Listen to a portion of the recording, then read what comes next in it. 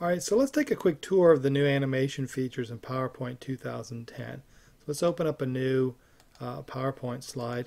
And what I have here is an object, and we'll go ahead and animate that. Now normally you might be in a different tab, but if you need to go to animations, just go ahead and click on the animations tab here, and then you'll be able to apply some animations. And what you see is the ability to preview them. You've got some animation effects here. You can modify the animations.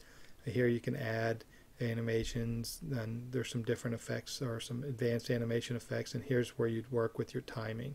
So let's go ahead and select this animation.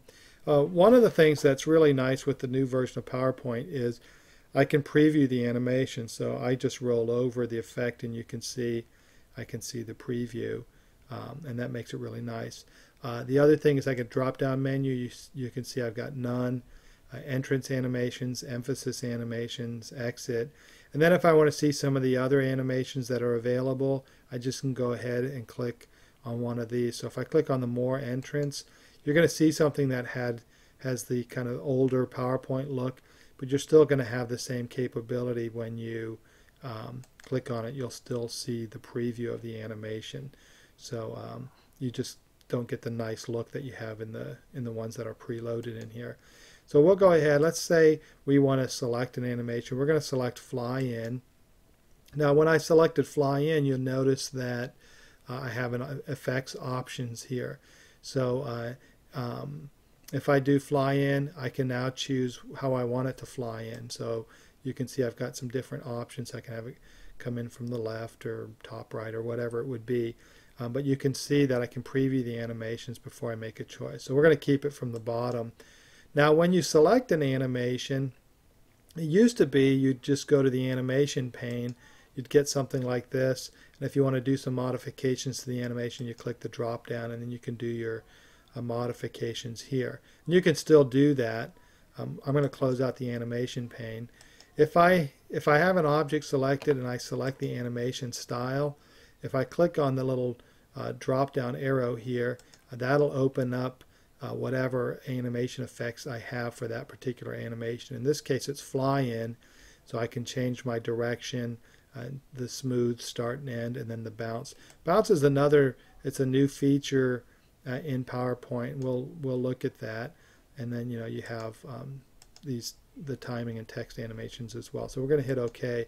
So you can kind of see the way bounce works, because it if we preview it, it kind of bounces, and so it's kind of got a more natural type feel to it when you're using it. And then if you want to add an animation, just go ahead and click on the add animation, and then you can choose from one of the animations here. And we'll just we've got it coming in, we'll do a teeter, and so when we preview the animation, it's going to bounce in and then it's going to teeter. And so we've got two animations on here, and you can see that right here. You've got 1 and 2, and if I roll over on it, you can see when I click on it that I can switch to those animations, and then at that point, if there's something I can do here, I can make the modifications by just selecting the animations. The animation pane we looked at, it's just kind of like the old way, so you can use your effects here, you can play it, and you can modify the timeline and ordering of that. If you don't want to work in the animation pane, you can go ahead and work on your timing here.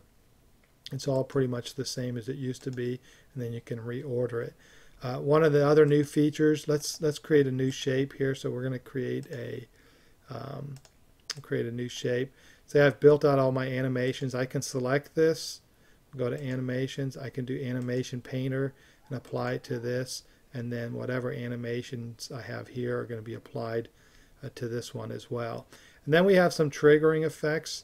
So if you want to trigger the animation, you would just choose that. So we have the orange box here, and then I want to trigger the animation. I can have it trigger on the mouse click, or I can have it trigger when I click on one of these shapes. So if I click on a shape, that'll actually activate the animation.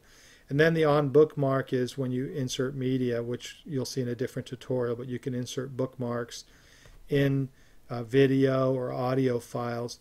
And then when the audio or video gets to that point, that would trigger the animation. So a lot of really neat things you can do with the new animation feature in PowerPoint 2010. It's just a matter of playing around with the features and figuring out how you want to use it.